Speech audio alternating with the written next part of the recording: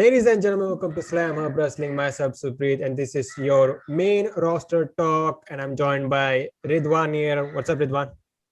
Hey Supreet, how's it going? I'm doing good. And in terms of WWE this week, Hell in a Cell is coming up, and no hype, no surprise. But talk to me, man. How you feel? I mean, it's there, you know. There was one match that I was particularly excited for that they preponed it to this week's SmackDown. So, other than that, I'm not really feeling the pay-per-view. But like I've usually said in the past, it always works in WWE's favor because the less hype that is, they over deliver it. So I'm excited in that aspect. You would say. What about you? Yes, I'm having the same feeling. Like I'm just waiting for July to hit up, that first Raw and SmackDown to see how things feel different or it's just the same thing. With the live crowds. And but yeah, man, let's get through the whole stuff. But before that, if you are new to Slam Up Wrestling, then make sure to like, share, subscribe, do all that fun stuff. Check out our other content. Everything you need will be in the description below. But let's start from the usual, man. Let's start from Monday Night Raw. I heard that this show this week wasn't that bad, but still it didn't make any sense. Yeah, it was better than usual, but even by that, if you want to, like, anytime there's a good raw that we speak about, it's always like 20 to 30% better than the usual bullshit that we review. But other than that, it was okay. It kind of falls in the same bracket, but it was a very passable raw. So, where do we start from, man? I think they kicked off with Charlotte Flair and Nikki Cross. Yes. So, I mean, this is also a bit of a feud that's being brewing up, like, in the side. The matches between Rhea and Charlotte, but at the same time, they might be trying to build Nikki. And this also stems from, like, the two weeks ago when Nikki defeated Charlotte in a Beat the Clock challenge. And last week, Asuka and Nikki defeated Rhea and Charlotte because that's I mean, it has kind of been the story of Rhea's championship run. She's always been put into this strange bedfellows rivalries. Like she's feuding with them, but she's tagging with them as well. We saw that with Asuka, and we saw it with Charlotte as well last week. And last week, I wish if we had recorded this, I wanted to say that Nikki Cross is also joining the Luther gang How? because the WWE Twitter account, they were just continuously taking shots at AEW, and there was this one where Nikki Cross was doing the uh, Ronnie Garvin thing, and the Twitter account just tweeted the Luther taunt with the tongue out and the thing. That's it. So yeah, yeah. So and Asuka and Nikki defeat Rhea and Charlotte, which also means that they're in singles matches this week. So Charlotte's facing Nikki Cross and Rhea is facing Asuka. This So, match was all right. It was a usual TV match. You wouldn't expect much, but even despite all of that, these two worked a pretty like a solid TV match, you could say. Like it was good, but it was a fine TV match just to kick off the show. and And yeah, did Nikki Cross win here? I think she won via distraction, I think. yes. Again, they're just trying to keep Charlotte strong.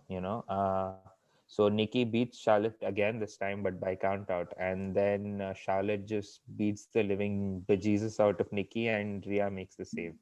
It was a pretty okay way to start the show, I felt. What do you think about it? Yeah, but I think Nikki Cross does deserve a title shot by default if she's getting all these wins then. Yes, maybe this is a way after Charlotte, but again, like when has they wouldn't want to Kofi her either. Just give her wins against the major, give them wins against major stars, and then just pull the rug from them underneath. So basically, they are trying to test the waters with Nikki Cross. Maybe not. They could do that, which would be great, of course, because Nikki, in whatever role that she's given, major or minor, she just hits it out of the park.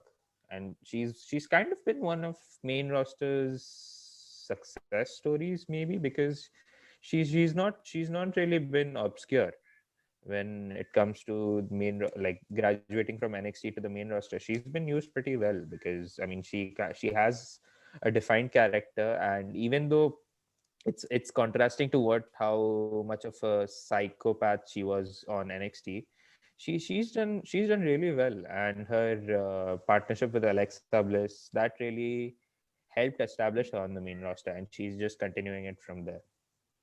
Yeah, I think the just her teaming up with Alexa helped her. Like even the Yes. management thought, yes, she's with Alexa Bliss, then yes, we can use her and at least give her somewhat of a push. Yes, and she was majorly, trying to proxy Alexa Bliss, who was suffering an injury at that time. So that was the best possible chance she could have had to win over the creative and management, and she did that. So there you go, Nikki Cross beat Charlotte Flair, By and I far. think it's a solid prediction that once Hell in a Cell is done, that she's next in line for that championship. Yes, but I have a weird feeling that it's going to be Charlotte who's going to win it. Charlotte is going to win the championship, and Nikki will be her first challenger Yeah, you because can at least stretch it out till SummerSlam. yes, or maybe beyond, but that'll be a bit of an overkill because let's depends on how they book Nikki as well. So that also matters. You imagine if I think it's a right, you could say, scenario. If there are fans in the crowd, you book Charlotte Flair and Nikki Cross. Charlotte drops to the title to Nikki Cross. It could be a crazy moment to witness. Yes, and this kind of writes in itself a good David versus Goliath story. So there's of the size difference.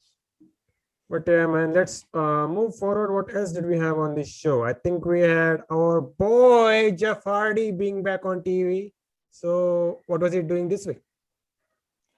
Jeff Hardy's been having, I mean, he's been having a killer run, that too quite silently. Like since last year, that since he returned to SmackDown, he was feuded with Corbin, I guess. Then I'm not sure if he feuded with Corbin. Then he had the whole piss angle with Sheamus, and he became the Intercontinental Champion. And then he came to Raw. He wasn't doing much of note, but he was having like belters of matches over time. And this week is also like they're just trying to maybe trying to portray him as a bit of a workhorse. So this match, I mean, he was pulling double duty this week. So he faced John Morrison first, that he defeated, and then Cedric Alexander comes out, and they just tried to, oh, then yeah. So Jeff Hardy is like, Cedric Alexander and Jeff Hardy had faced last week, and Jeff Hardy won that match. So this week was also a bit of a rematch city, where Cedric calls him out, and then Jeff tries to put his career on the line, or I should say, Cedric asks him to, and Jeff wins as well. So maybe they're trying to portray a retirement angle for Jeff Hardy to slowly phase him out, or just try to just see how much mileage does he have in him. And speaking of Jeff Hardy, like ever since he's come back, ever since he's gone on to the singles run for a while, the fans have been clearly like he's confirmed it as well, but the fans have been clearly wanting him to enter on his singles theme, that was No More Words, which he used during his peak championship run. And Jeff has said that this I will use that theme when the crowds are back, and now that we might get crowds back, that would factor into this theme. And on a bigger picture, we might get to see one last run from Jeff Hardy. There is a lot of potential for that, and I'm interested to see that. What do you think about it? I think before he gets no more votes, I think he's basically done with WWE. Like his career is slowly uh, ending, you could say, in WWE, because if he gets loose, gets out of his contract, maybe his contract expire. I don't know exactly when. We all know the logical destination is going next, right? That's for sure. But I kind of see him like I saw Matt as well, but for the same thing. But you're onto something here because Matt said that he wanted to retire in WWE, but you know, the retirement is a very false word in pro wrestling right now. And if Jeff also ends up doing the same thing, I'd be excited either way because The, having to see, yeah, the continue. thing about Jeff Hardy is that he really has no value right now in terms of being on television. Maybe like how do you say so? Like lead me Yeah, on like, this, please. yeah. You just mentioned his whole thing he was doing on SmackDown. I could say that was somewhat of a legitimate feud, but right now he's just there. Yeah, maybe like what I felt was they were trying to plant the seeds for something bigger later down the line, and you could say like there is a possibility, and of course Jeff is a household name, so the more they keep him on TV, the more they try to get fans back to watching Raw more. So, and I feel like he's physically, I feel he's done for. Like he's taken enough bumps in his career. And on oh yeah, and last week I think week or two ago he faced Mustafa Ali on main event, which is uh, Like, you can't have. What was the reason not having these matches on Monday Sunday. Night Raw? Exactly, and this would have really built helped built a new star in Mustafa Ali, and I don't know what's stopping WWE from making Mustafa Ali a regular on TV or a star in itself. I can't understand that. Anyways, man, speaking about new stars, let's get to the, I think, one of the big talking points from this week's Raw. So we were about to get the, grand debut or return, you could say, of Eva Marie. So they, I think, announced on social media that she was about to face Naomi. But like always, typical Eva Marie, backing off at the last moment. She, I think, in her spot, she puts in the debuting Piper Niven. By the way, this was something that was reported in the dirt sheets weeks ago, that she was about to get a new partner, a manager, or a heater, you could say. So Piper Niven shockingly uh, beats Naomi in dominating fashion. And yeah, man, what you think about this whole scenario with Piper Niven debating? Because I would say good for Piper Niven, getting some exposure on TV, but they are still doing the same thing with Eva Marie. Like, there is no difference from what was she was doing in 2016 and what she's doing right now.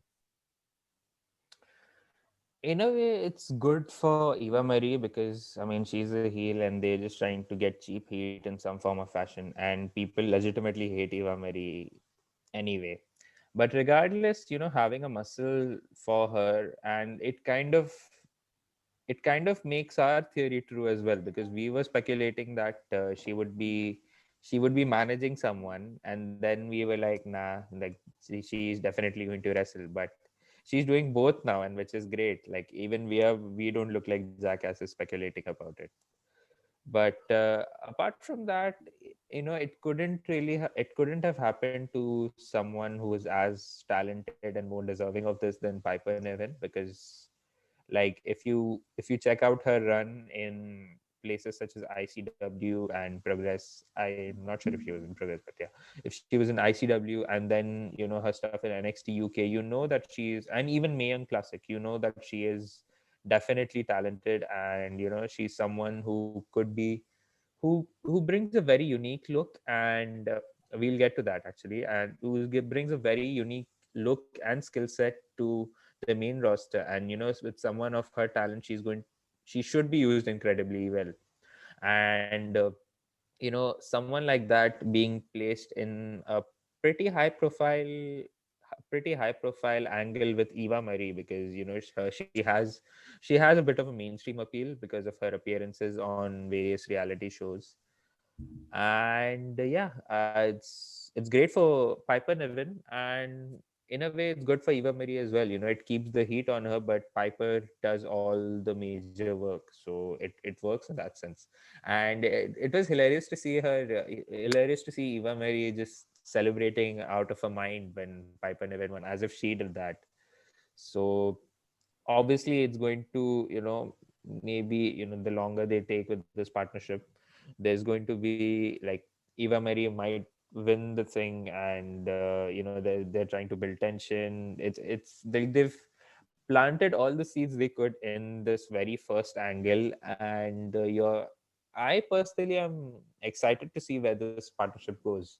But the usual WWE fans, RR in Hindi, what I'm referring to, that if it's one of the internet favorites getting squashed, they're going to resort to the lowest means possible to, you know, insult the aggressor in this situation.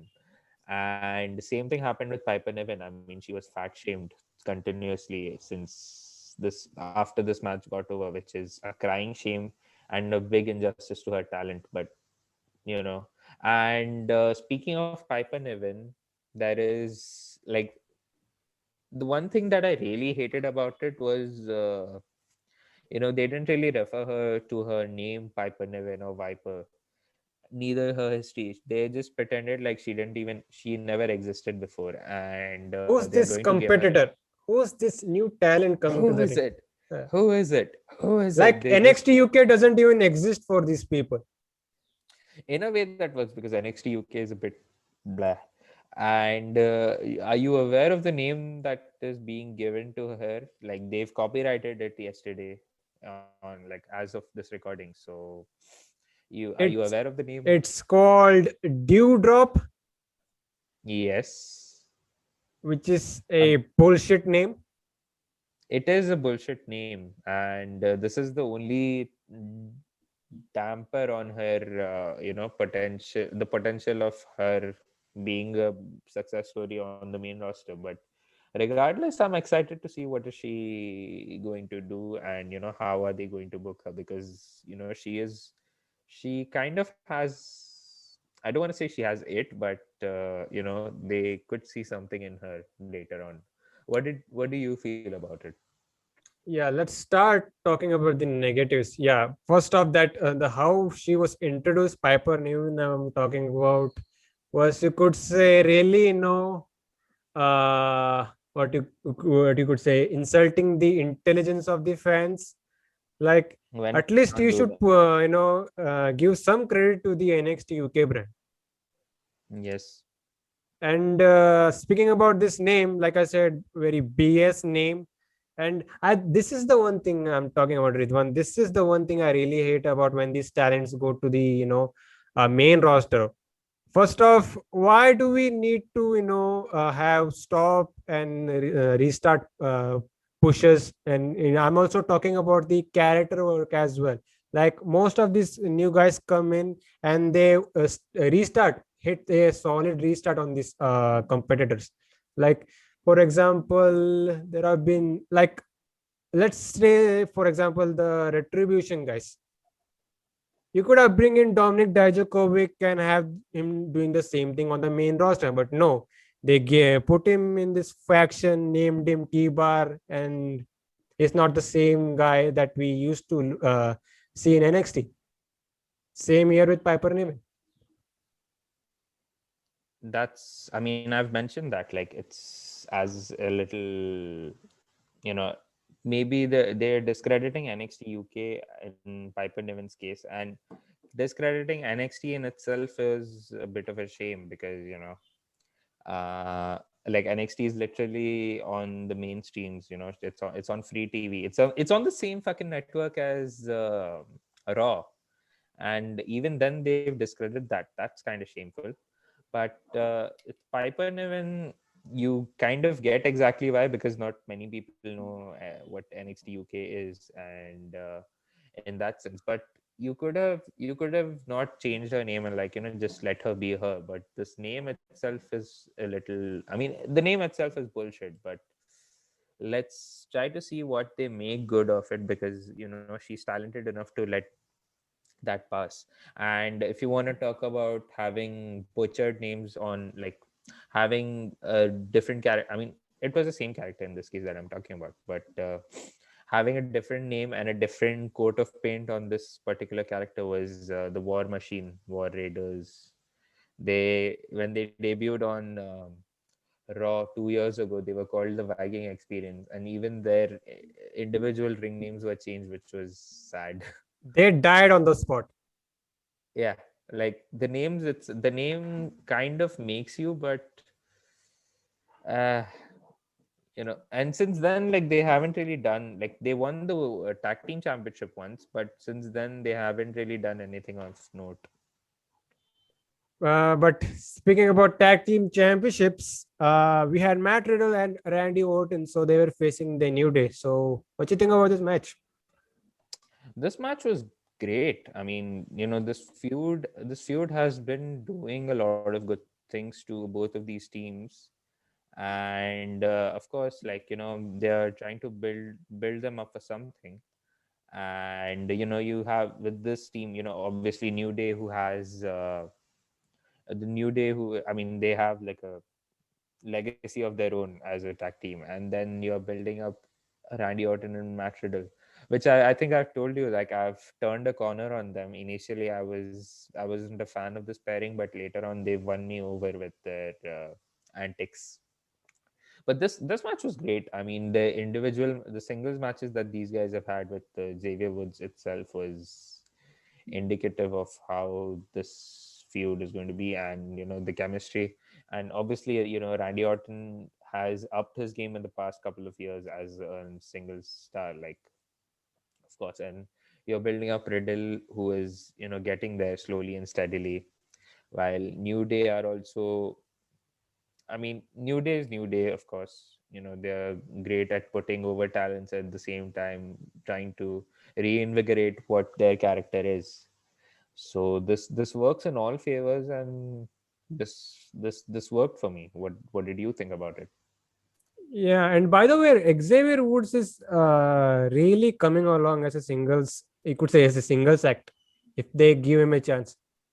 Yes, and they've kind of acknowledged that in the past, because you remember when Xavier Woods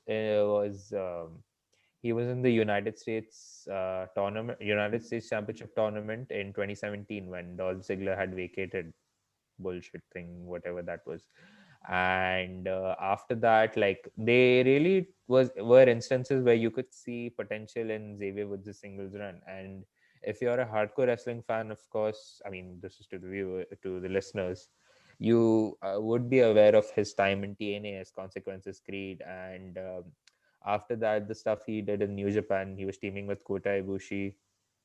And from there, like, he's like he his New Day stuff is like legendary, obviously. And from there, you can really see that he has inklings of how great he could be on his own. But I don't want WWE to split up the New Day like completely, because Kofi and Xavier are doing the best they can. And Biggie, despite being on another show, he's still a part of the New Day. So the New Day isn't completely split up. But you can you could put Xavier as give him something to sink his teeth into, and in the mid card scene on Raw. And the mid card scene itself is quite bleak, so you could really see him do something good on that. And by the way, this pairing of Riddle and Orton, It's if you enjoyed the Pete Dunne Riddle tag team in NXT, then you will enjoy this pairing as well. No, for sure. Like the Broserweights were very. I mean, it didn't really take me time to warm to them, but since then Riddle's reputation has been like a roller coaster. So it took me a while to warm up to him and Randy Orton, and of course Randy Orton's like one of my favorite wrestlers of all time. And it took me a while, but now I can see what they're trying to do and how are they getting to that. So it's working for me, seriously. But let's move on, man. What else do we have? Did we have Rhea Ripley versus Asuka, right? I think you kind of mentioned it, but what you think about this match? This match was good, and you've seen them wrestle in the past, and they've delivered a pretty good match then. And this one was also another exception, but it had very like TV shenanigans to it, and obviously there's Charlotte Flair trying to wreck shit up, and yeah, it was just that, and it was a thing, but. Are you excited for this match at Hell in a Cell? Like I said, man, the whole pay-per-view itself, the matches will deliver, typical WWE style. Like the build will be weak, but the matches will kind of deliver. But in the long term, it will kind of don't mean anything. But yeah, they could have a solid match. Like the For WrestleMania sure. match was really good from the one they had in the performance center. But yeah, that's it. Yeah. But shall we talk about this here? Alexa Bliss was in action, so she was facing Nia Jax. And by the way, was it here that they mentioned that Lily has been put on, what you could say, timeout as of now?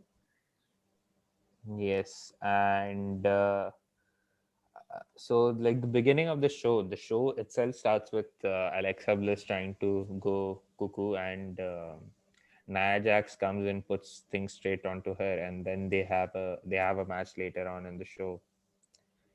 It was what it was, and if you are aware of the stupid segment that happened last week with Alexa and Shayna, have you seen that?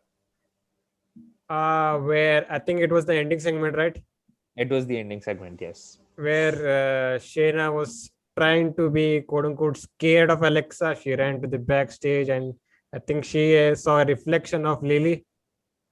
Yes, and like this is an MMA fighter. Like she was one of the cornerstones of female, combat sports, and then here they have her getting scared of a stuffed toy. Like, what the fuck? And let's talk about what Alexa did here. So she hypnotized Reginald, right? Yes. So that's what I remember. But what was the end result of this match? So Alexa wins by DQ, of course, after Mr. Reggie himself, tries to set things straight, and then Alexa hypnotizes Reginald, and Naya then tries to break it, which also breaks the hypnosis for Reginald. It's wacky bullshit from WWE. Not a fan of the story. Not a fan of like I'm not a fan of Alexa Bliss in this form because I feel she's great at whatever she does, and she is doing the best she can with this, but it's not working for me. And yeah, man, like you said, her character work is really solid. But this storyline is not really working for anybody right.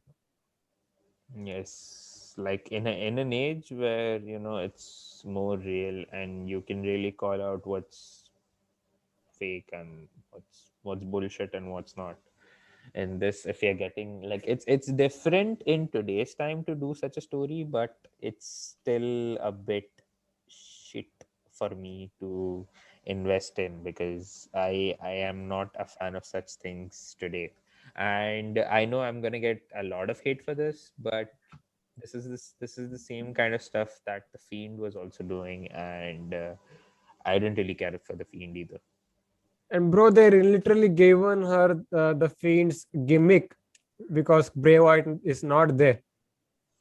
Yes, and he's on a break, I believe.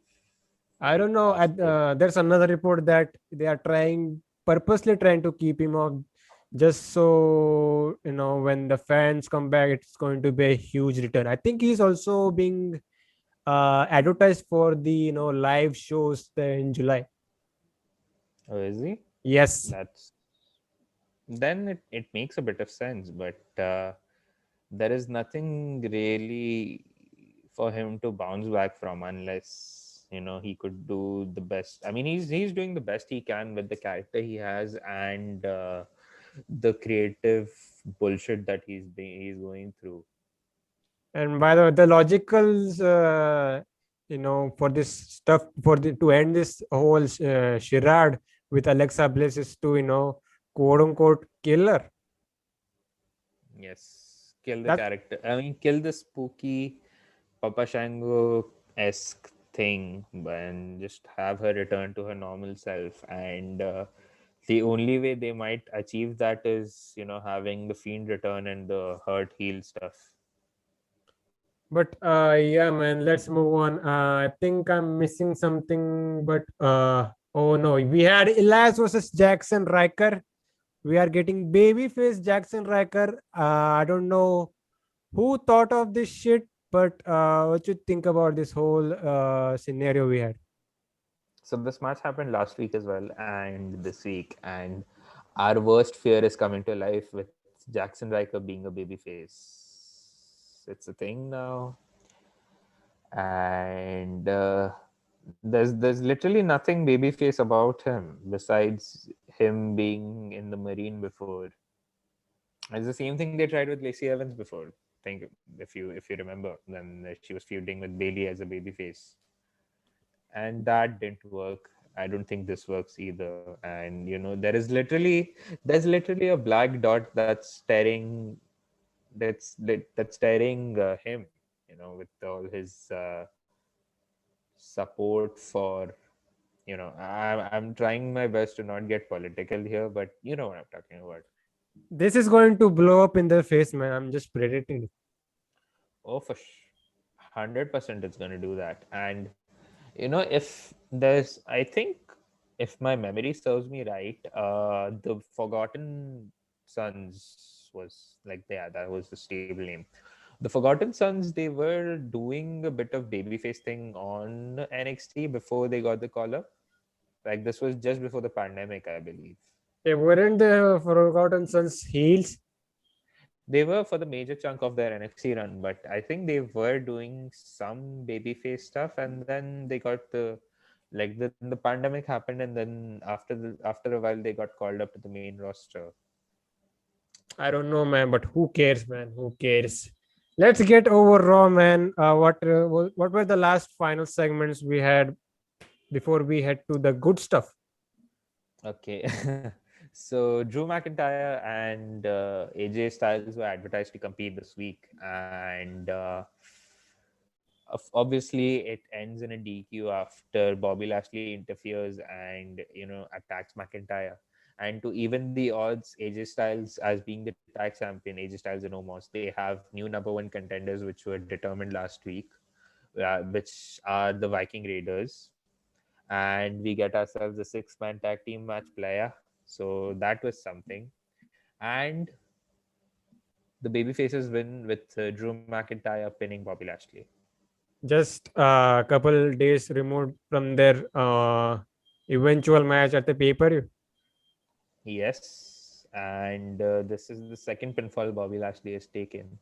I guess they're trying to, wins and losses don't matter in WWE. So maybe they're trying to put something on this. If they were to consider wins and losses, this is a tag team match and not singles. But either way, it kind of makes Lashley feel a bit down. And the stipulation for this match, it's it's a Hell in a Cell match, rightfully so, and it is a last chance for Drew. If he loses, he's not going to challenge Bobby until he's champion. So, in that sense, let's hope that Bobby's winning this. But I have a gut feeling that it's going to be Drew again, and they're trying to, with the crowds coming back, you could see Drew as the champion and the crowd cheering for him to give him his quote unquote WrestleMania moment and have him face new challenges. But yeah, man, I think they have something big planned for the pay-per-view. Because now these two will be the main event for the Hell in a Cell pay-per-view now, because Reigns and Mysterio is done. So I don't know. Sadly. There could be a scenario where they set up something big for the upcoming pay-per-views for Money in the Bank or even SummerSlam. You know, who knows? Maybe even Lesnar could show up, which will not be a good thing because we have seen that in the past. If it's a no contest, that is. But yeah, man, because they kind of made it a little unpredictable if you think about it, because now McIntyre was standing tall in the Go Home show. So does that mean he will do the same thing at the pay-per-view? If wrestling tropes are to be considered, it's usually the opposite that happens on the pay-per-view. If from the go home show, and the go home shows are usually downers, but you could see Drew McIntyre winning after him, if there is a bit of continuity that they add. Then Drew, what do you say? There is a fear on Bobby's head that Drew has pinned him just a while back, and he might do that again. And by So the way, in a way, there is also the stipulation that this is the final opportunity for Drew McIntyre until Lashley is WWE champion. yes, and it goes both ways. So with the crowds coming back, and Drew being the constant presence and the only relevant babyface on Monday Night Raw, you could really see him win the title and give him his moment once the crowd comes back, like I mentioned earlier. Let's see, man. Let's see. I think we'll try to do a predictions for the entire card.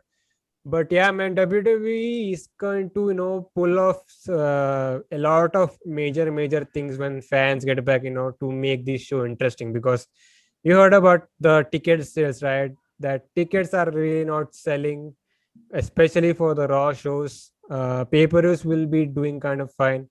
And have you heard about the pitches that WWE is thinking about? So I think it was from Russell Woods, right? That they want to bring in old school stuffs, like I think they pitched Cyber Sunday and obviously King of the Ring. It does look like they're planting the seeds for King of the Ring right now with stuff that you're seeing on SmackDown. And certain someone named Xavier Woods has also been actively advocating on social media, calling himself the uncrowned King of the Ring champion.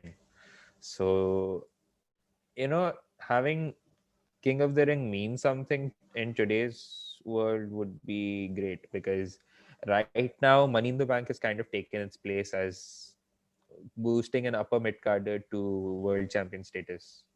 Like, King of the Ring used to do that in the past, and this now that it has been reduced to just a sly gimmick of just wearing a crown and moving along.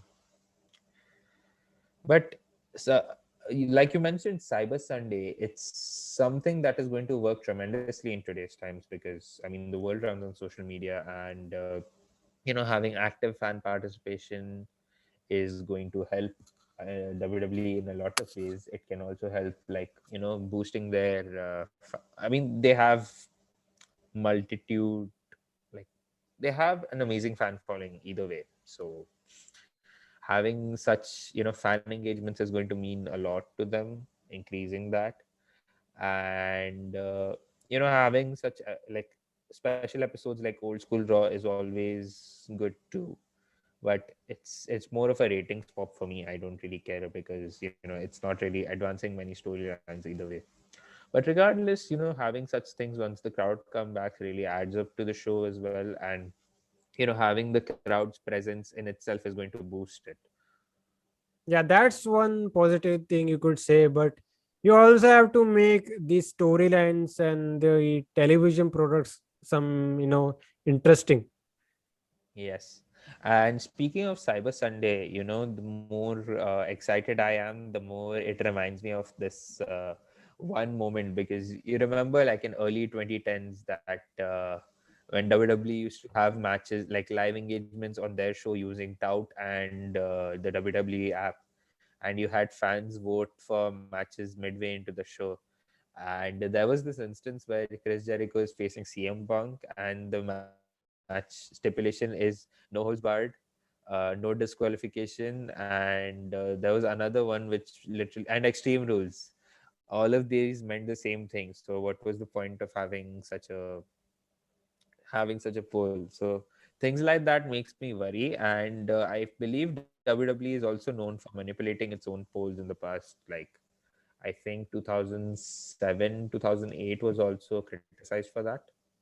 Like what they did. I don't exactly remember, but there were reports that they manipulated the polls. There was like the first few Cyber Sundays, however, were very they had like live fan engagement, and at that time it was Taboo Tuesday, I believe.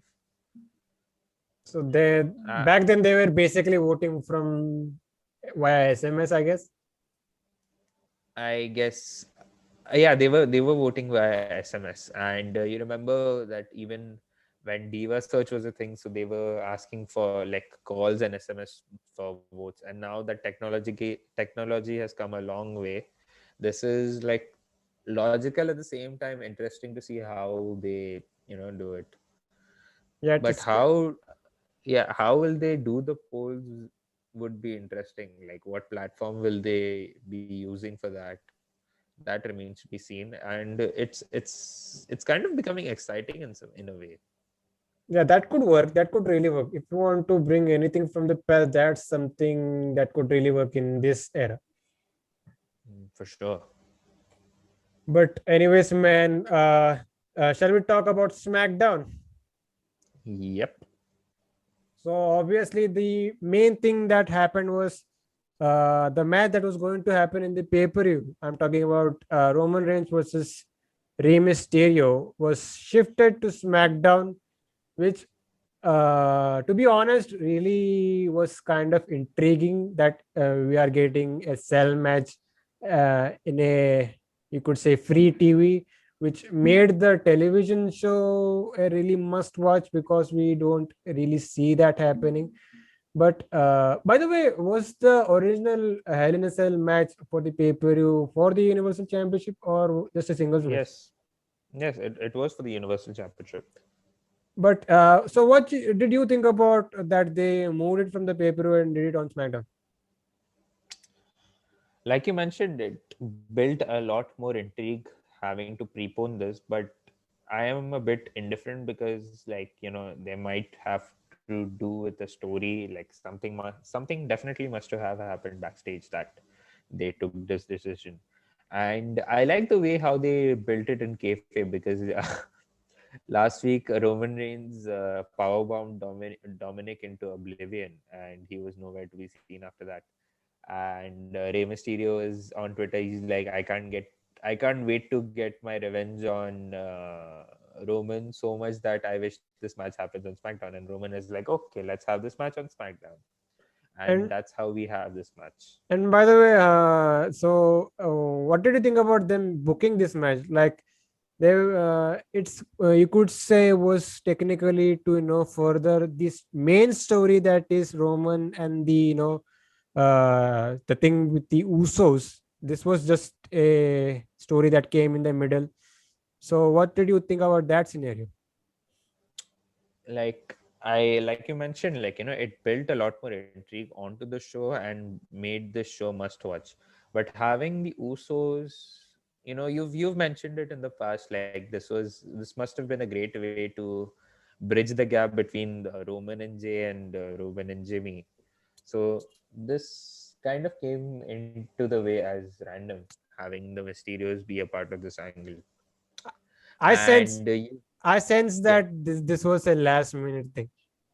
Yeah, it was a last minute thing. It was only announced like yesterday, and like Thursday night slash Friday morning. That was the time they announced that this is going to happen on a SmackDown instead of the pay-per-view. You could also say the same thing about the Mysterios getting involved with Roman Reigns.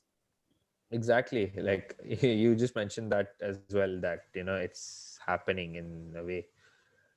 But having to book this, and I think it's a historical feat as well for them in a way, because this was the first time ever that Hell in a Cell has happened on a SmackDown. A Hell in a Cell match has happened on SmackDown.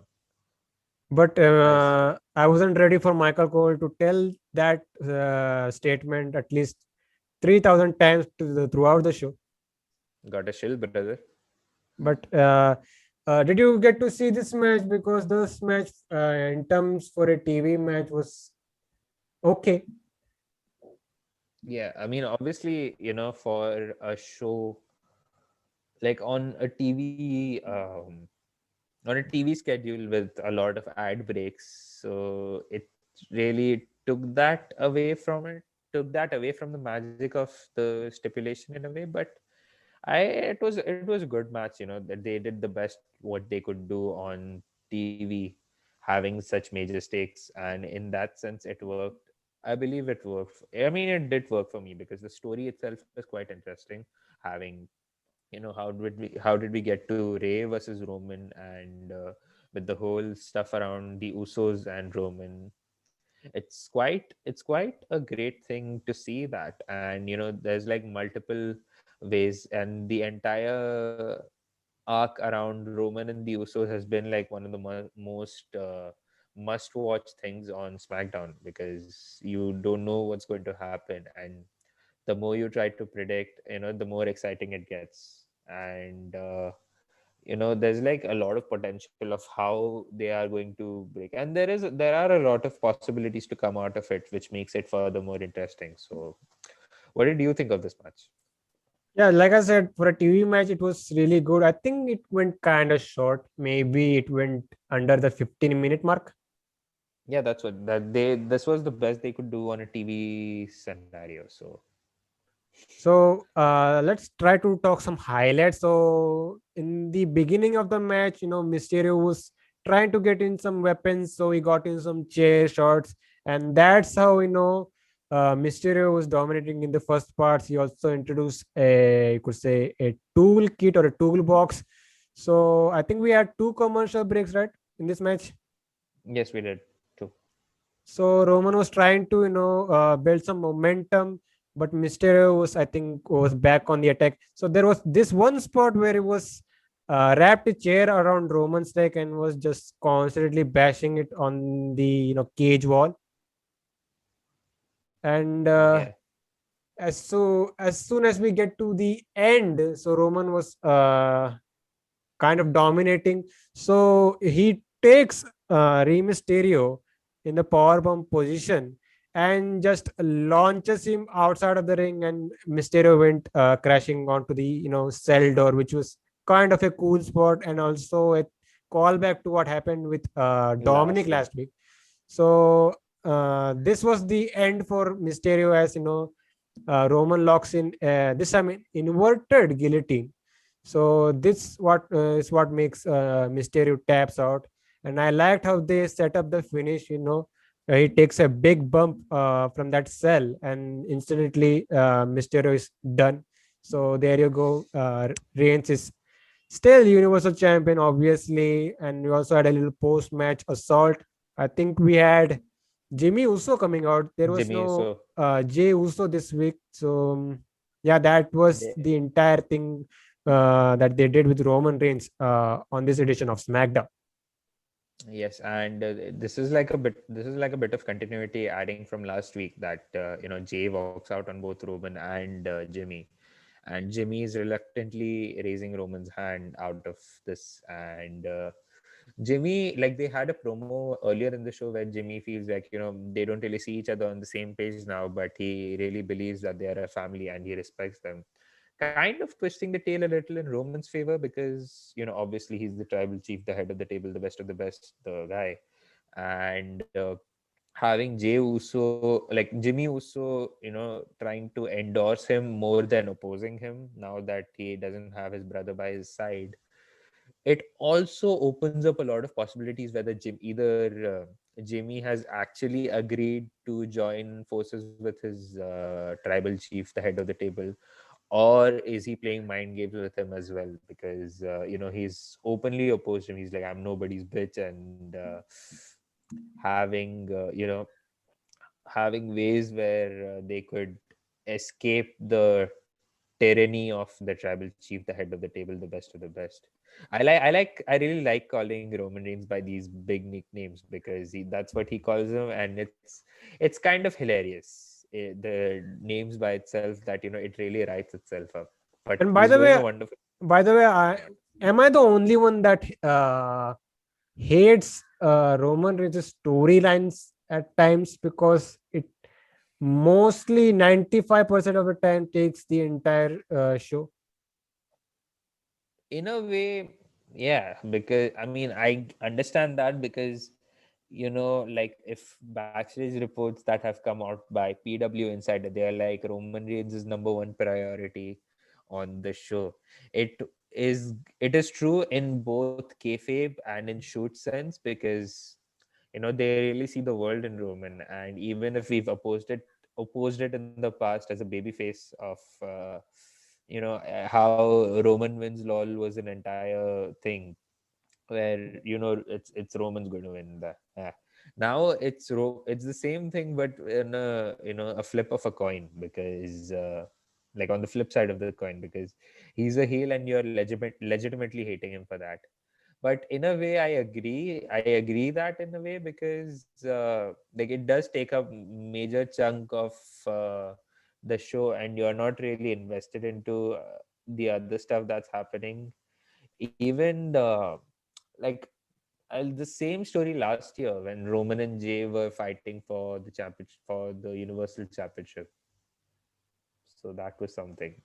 And by the way, this is a right place to mention about it. Have you heard that they are planning to maybe turn Roman Reigns into an eventual babyface? A baby face. Like I have heard of the rumors and around that they're trying to bring in stars of the past to help further legitimize Roman. Like this one rumor is going doing circles that John Cena might return for SummerSlam, and we might have this eventual Roman versus Cena at a bigger stage to help solidify Roman's championship reign. And looking at the way that it is going, with the lack of credible babyface challengers who can take Roman to the test and believably take the championship from Roman. So it feels a bit distant right now because there is no one credible to do that. So maybe they're trying to take bring someone from the past and have Roman get tested to the limit. So the rumors are that John Cena would be returning to SummerSlam in order to challenge Roman for the championship. And slowly and steadily, given that it's the 25th anniversary of The Rock's debut in WWF/WWE as Rocky Maivia. So maybe they could plant the seeds for that as well. Like The Rock returns at Survivor Series and sets in motion for the eventual dream WrestleMania match between Rock and Roman for at WrestleMania, at the following WrestleMania. So there are like ample possibilities, but given the rate at which this is going, Roman is definitely carrying this title for the entirety of this year and heading into WrestleMania, and maybe even beyond that if he wins versus The Rock. Yeah, and coming back to the babyface point, it will be Entertainment. good if it will be good if it everything goes very organic. If he tries gets that positive reaction from the crowd, then you could turn him babyface. But I think most of the community will agree with me that let him be heel for the rest of his He career, has to and be. He has nobody to will be heel. complain. And even like now there is nothing babyface that he's doing to, like, help plant the seeds for an eventual turn. If if they end up turning him babyface, it's going to be very rushed, and we are going to be back to square one where the crowds boos the shit out of him. So it's a very scary prospect, and he's doing tremendous as a heel right now, and just let him continue as this sadistic asshole. And why would you want to turn him babyface when he's one of like, I'm contradicting myself right now, because he is one of WWE's biggest cash cows, and there is no other credible babyface, who's going to be the face of this company. And in WWE logic, if your face of the company is a heel, And but so was Triple H, right? So yeah, and this, you could say the current Roman Reigns to run is a once in a lifetime run. Like you're exactly. you're the guy you selected is finally at the place that you want to be, or he wants to be, in any scenario, in any scenario you want to see that way. But yeah, I think he should stay heel as long as possible, as long as he can stay. I mean, an eventual babyface turn later down the line, maybe a year or two from now, if he's like, lost all his might, and let's say he's lost all his powers in some way. So organically, this would work, but not in any, not in the foreseeable future. Like maybe until like 6 to 7 months from now, this is not going to work for me or anyone. And yeah, man. So you mentioned Cena and The Rock. So, sorry, I'm saying Cena and The Rock. A potential matchups for Survivor Series, maybe a SummerSlam. The SummerSlam, as the days goes by, it's looking like it's actually going to happen. Cena and Roman Reigns for the championship at SummerSlam. Yeah, and like I mentioned earlier, there are no other credible baby faces on SmackDown to believably take the title from Roman. So, and if thanks to Russell votes again, if the reports are to be believed, they are trying to make SummerSlam as major as possible. Having live crowds back in, probably in full capacity. I believe. I think it's full capacity, right? Now that the crowd, 100%. then they are trying to, yeah, then it, like, I can see why, because they're trying to stage this as the biggest show possible. They're trying to take the spaces of what WrestleMania could have been. WrestleMania had like limited crowd capacity, so they're factoring those things into this. And like, they're trying to make it the most grandest show possible. So having Cena versus Roman makes a bit of sense, because it's also going to give them mainstream appeal because of John Cena's latest Fast and Furious movie. So that's like a good way to promote it, I guess. And have you seen John Cena? Like, how does he look recently? Yeah, he's grown his hair back, and am I missing something? Yes, he's grown a chin strap beard. Did he? Yes, he looks completely different, and obviously he's going to return back to his old self once he's back on live TV. So Yeah, this mostly is happening at SummerSlam, but in case it doesn't happen, then it has to happen at the upcoming WrestleMania. for sure. And maybe if the Rock thing doesn't work out, then Cena has to, because Cena can still go. And if there's someone who's aged like fine wine in a pro wrestling ring, that's John Cena. And by the way, the backstage people, 100% they have Cena and Rock in the can. That they want to experiment. Whoever is possible, they want to pair him up with Roman Reigns at one of these big pay-per-views. And you can see why, because he's the tribal chief, he's the head of the table, he's the best of the best. But yeah, man. But if Cena and Roman thing is going to be the biggest storyline, I could say, in WWE. 100%. Like it Like, also feels like a legit draw. Like these two are the biggest, guys in wrestling since The Rock and Stone Cold left. yes.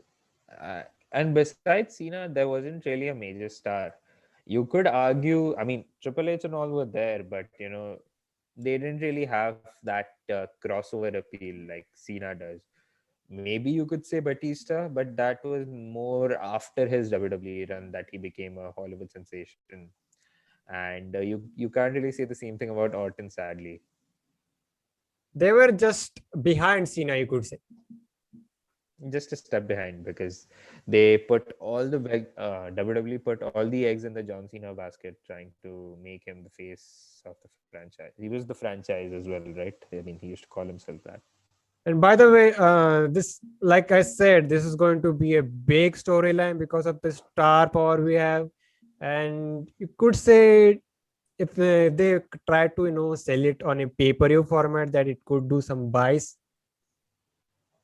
It's going to do tremendous, and especially with Peacock being a thing, and Peacock is having, like, it's a thing where all the other shows are also there. So having these names like Cena and Roman, maybe the fans of yesteryears, like the jaded wrestling fans, lapsed out, sorry, that was the word I was looking for. So it's going to bring them back as well, and having it works like it's a double positive. I mean, how do I say this? It's like it works both ways for WWE, and it works for Peacock as well, because that's going to do them wonderful numbers. And this program is going to rock. Like this is Oh, for that's the sure. solid prediction. 100%. This story, everything is going to rule. But I don't want to get ahead of myself, because I don't like. I have less expectations from WWE creatively, and the less I do, the better. But again, it's Cena and Roman, so they for sure has to have some creative control and whatever they do. And these guys are bulletproof right now, so whatever they do is going to be just fine. So in that sense, there are a lot of positives in this. But anyways, man, moving out of the Roman thing, so I think we had a tag team match. We had Biggie and Kevin Owens facing Apollo Cruz and Commander Aziz. Commander Aziz, my boy. So they Baba built Tunde. it. So they built it off as the big debut of, you could say, Aziz. He has debuted as Baba Tunde and Daba Dabo Keto. Keto. Yeah. So yeah, man, The and Hindi I names. and that is his actual ring gear. That whole ring general like outfit. Yeah, it was hilarious to see that in a way.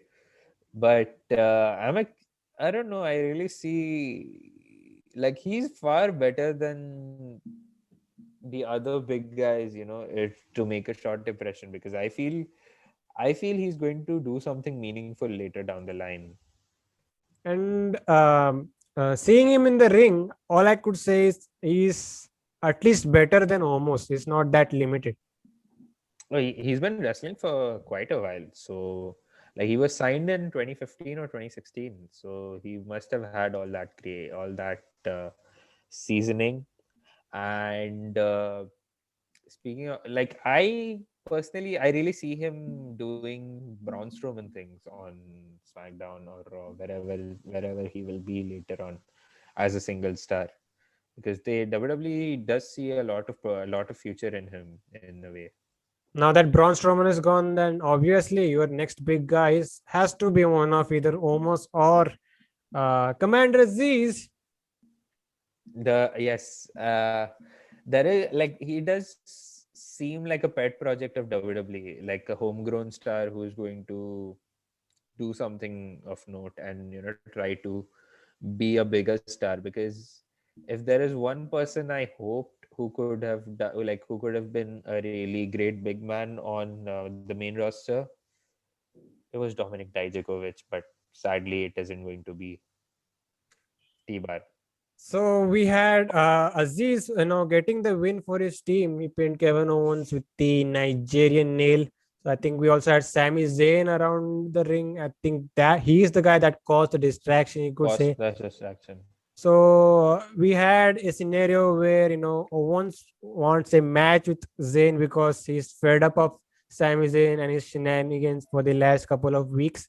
So we are getting this match at Hell in a Cell and nothing much. It does feel a bit flat heading into this, but you know that this match is going to. I mean, obviously they have done that in the past. It's a very storied rivalry, and they've always delivered killer matches, and it's going to be the same thing on the show. So Yeah, unless there are some overly bollocks shenanigans, this match is going to do well. yeah. I think there was no way they could have stretched it out until SummerSlam or something.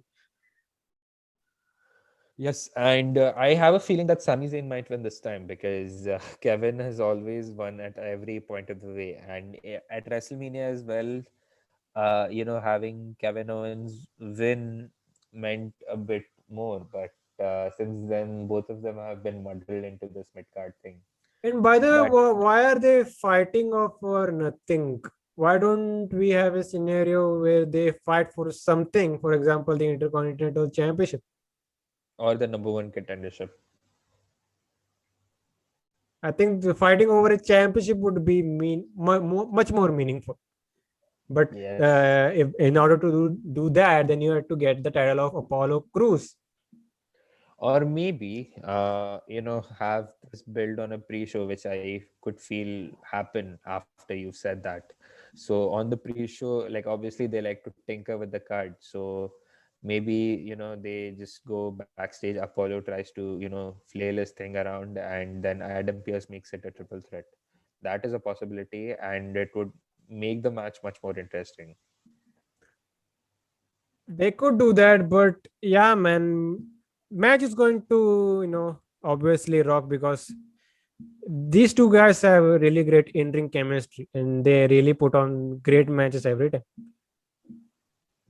Absolutely, and like I mentioned earlier, it's a storied rivalry with a lot of history stemming from the independent days to PWG, Ring of Honor, and now WWE. Let's see, man. Let's see. But we had a little face-to-face between Bailey and Bianca Belair. So after all this, we learned that Bianca actually wants Bailey inside Hell in a Cell.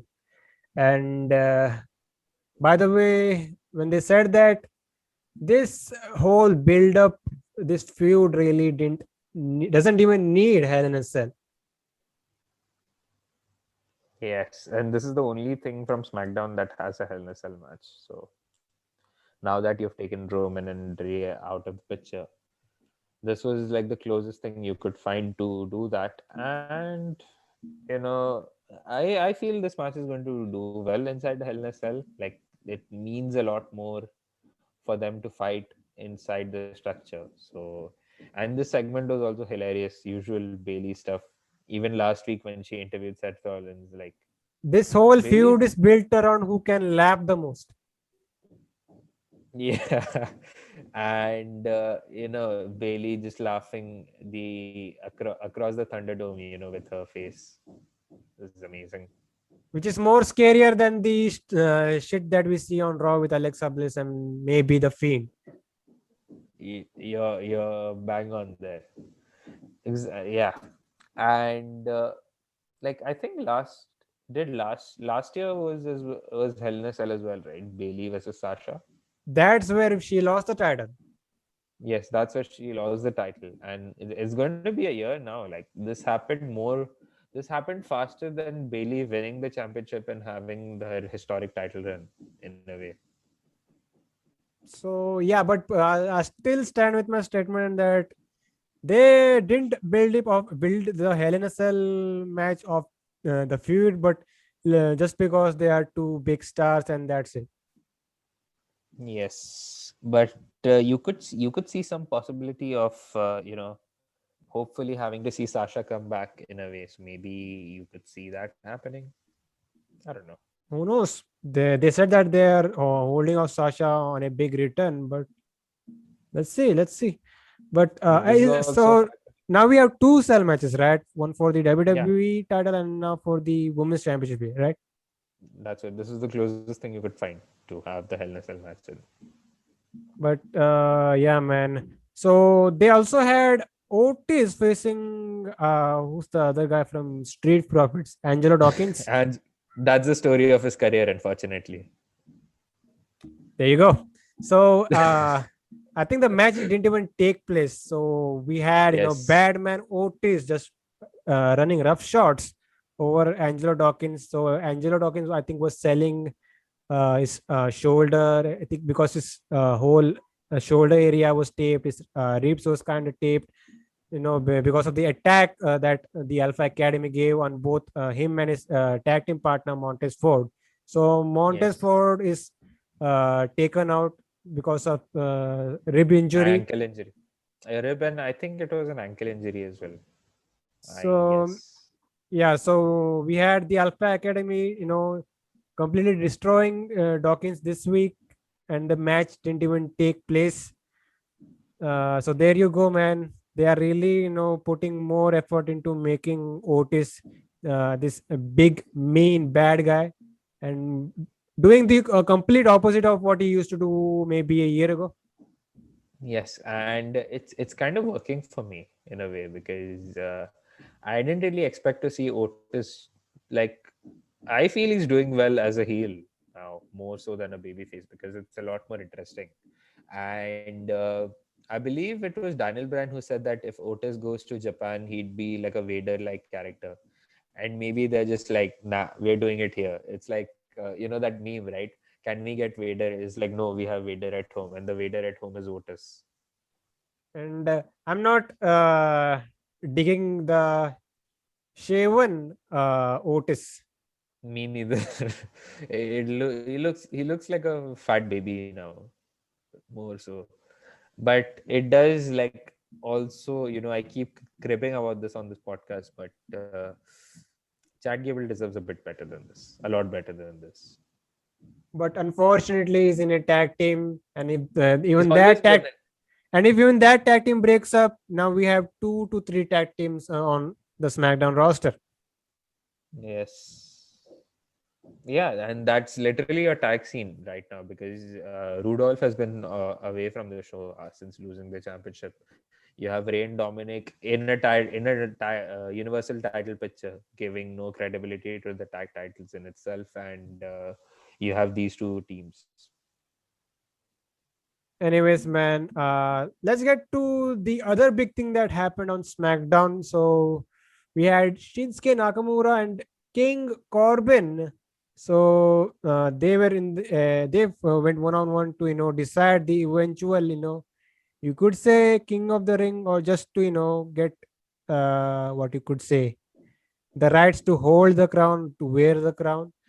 So Wi- so this was Winner gets some the gimmick. yeah, so this was somewhat of a decent match, you could say. Nakamura got the victory here, and he is now the rightful owner of the King of the Ring crown. And this actually works because I think this is the right way that to get that whole King of the Ring gimmick off of Corbin, and just go back to being that old heel King Baron Corbin that used to be in 2017, 18 something, before he became that constable. Now he's King of the Ring. Just go back to being that old Lone badass Wolf, that you used to be. Lone Wolf Baron Corbin. Yeah. So what you think about Yeah. this match and this whole thing that we had with Nakamura winning the crown? Funnily enough, it's like, we've ourselves doing this podcast, like we've doing it bi-weekly because of, unavoidable circumstances. And even then we see this match, it feels like we haven't missed anything.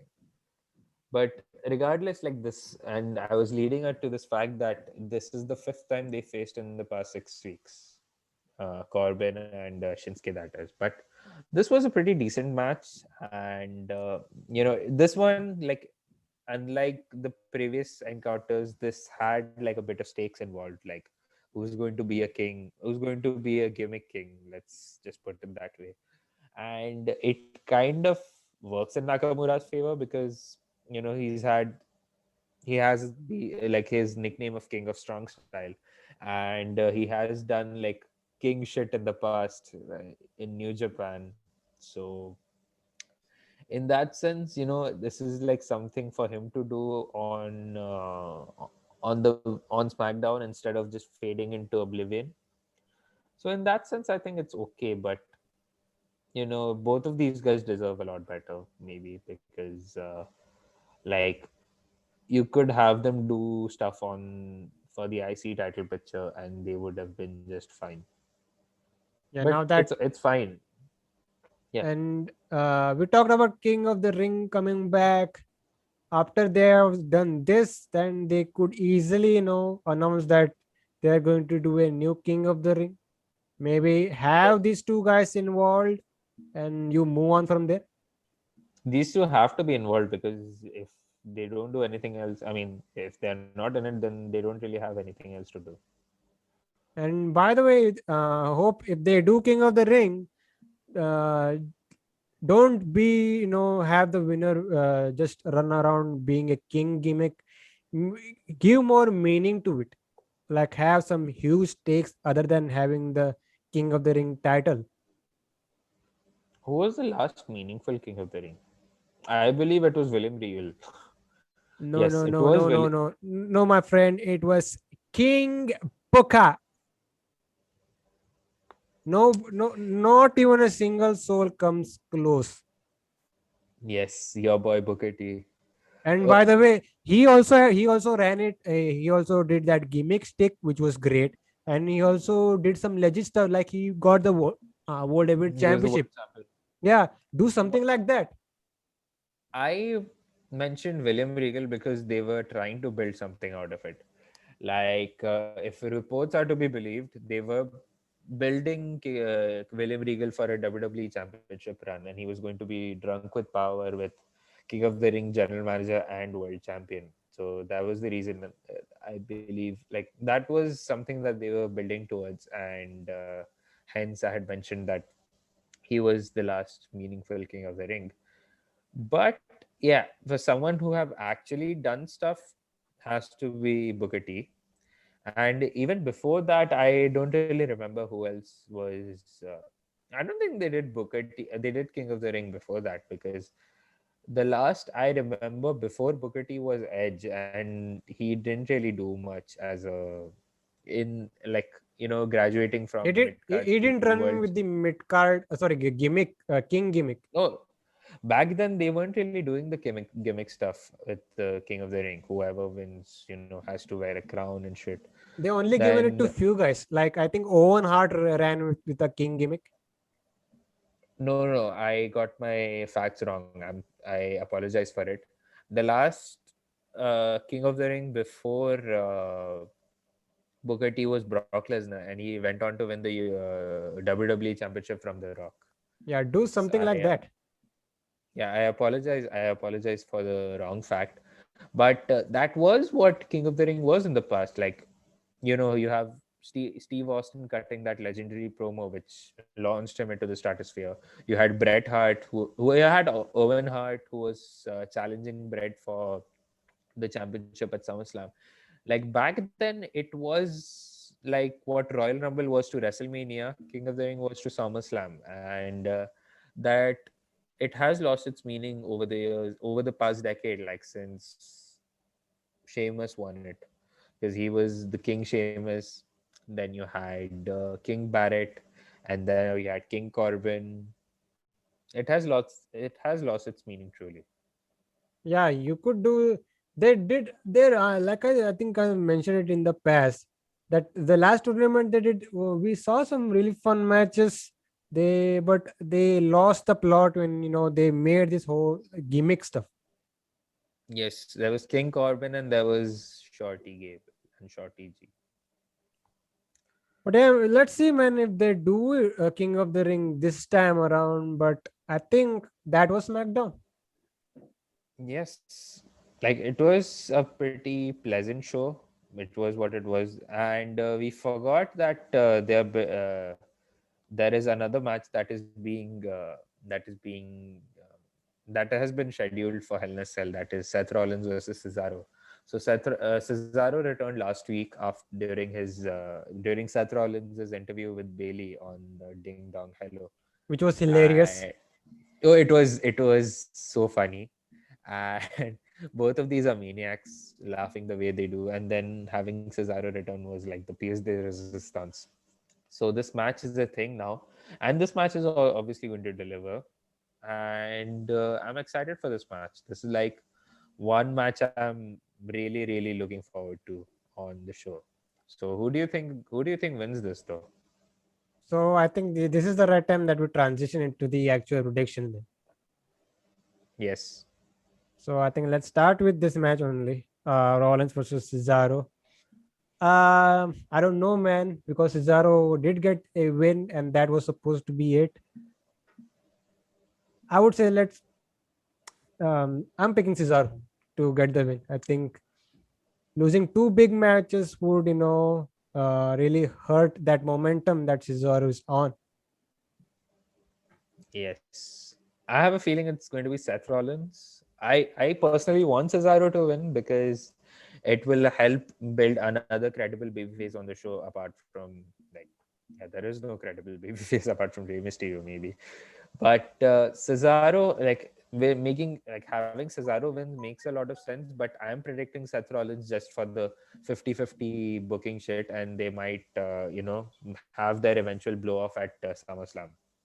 Now that you have reportedly you have John Cena fighting Roman Reigns for the championship, so this is like the only way they could stretch this feud out to SummerSlam, and they have their blow off. But I'm picking Seth Rollins to win this time, even though I want Cesaro to win personally.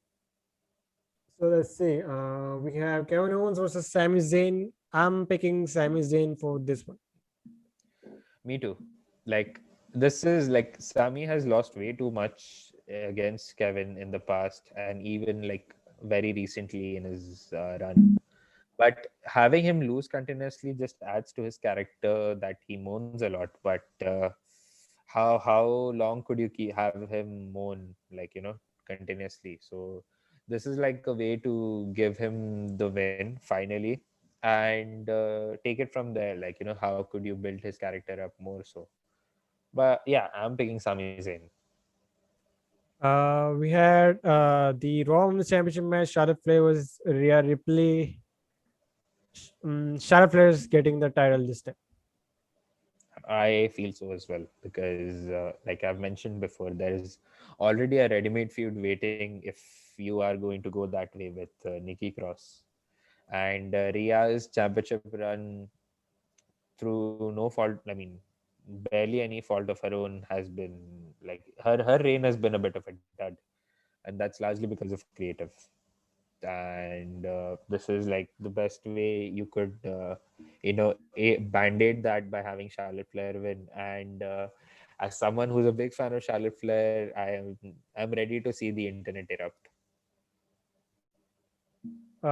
Let's get into the SmackDown Women's Championship match. Bianca Belair versus Bailey inside Hell in a Cell. Belair is retaining because in the last pay-per-view, they had a kind of false finish, you could say. So she could have a legit victory over in this pay-per-view. Yes, I'm picking Belair as well because like for reasons that you mentioned, and of course like there is an eventual rematch with Sasha Banks waiting on later. So no, it's Bianca Belair for me. So that leaves us with, I think, the last match. So this is also inside Hell in a Cell WWE Championship match: Drew McIntyre versus Bobby Lashley. Um, I think Bobby Lashley retains because I think they're gonna do something to have him still be champion and at least till we get to Money in the Bank. I feel it's going to be Drew McIntyre because, like I mentioned earlier, that this is like the best chance if you want to have crowd cheer for Drew McIntyre as champion. This is like just give him that mania moment that he was promised. So, in that sense, I feel Drew is retaining, and like he's the only credible babyface on Raw, and if he loses this, then there's literally no one you would have Bobby Lashley face for the championship, and the other names are also very dud. Like you don't have baby faces unless there is a certain Keith Lee returning back. Apart from that, there's nothing you could see Lashley retaining. I mean, for me at least. So I feel it's Drew McIntyre retaining back his championship. I said Lashley because I think they're gonna to find a way to have Lashley at least go till excuse me, to Money in the Bank, because the SummerSlam plan is looking like that they are going to add Brock Lesnar into this dynamic. Oh shit! I completely forgot about Brock Lesnar. Now I feel shit. Now you can take it back, man. You stated all your points. Now you can't go back. Of course not. I'm not going to. But there's yet another match on this pay-per-view that I almost forgot. And why would I remember this? It's Shayna Baszler versus Alexa Bliss. The actual main event that we should be talking about. Unfortunately, Yes. Alexa. yeah, screwed Alexa Bliss.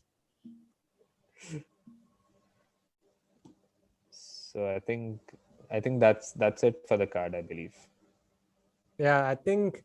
And why am I sensing one fans return that they're going to stack these cards, these pay-per-view cards? Like since the pandemic started, the card have been really fine. Like they stack the matches with only 5 or maybe 6, but I think they might go overboard when they start touring again. Yes. And like currently having like shorter pay-per-views is working in that sense, because having less matches, and obviously the shorter pay-per-views are the better, because I really can't see a 4+ hour pay-per-view again, and I'd be too burnt out to watch that. And this product is also hurting me physically and mentally. So, man, before we leave, where can these guys find you? So you can find me on Twitter and Instagram at rid_aman. And if you're watching this on video form, you could see it right above my head. And you can find Slam Up Wrestling on Twitter at Slam Up Debut, Instagram at Slam Up Wrestling. You can catch the audio version of this podcast. You can find it on Anchor. You can find it on Spotify. Do all that fun stuff, and we'll see you guys next time. See ya.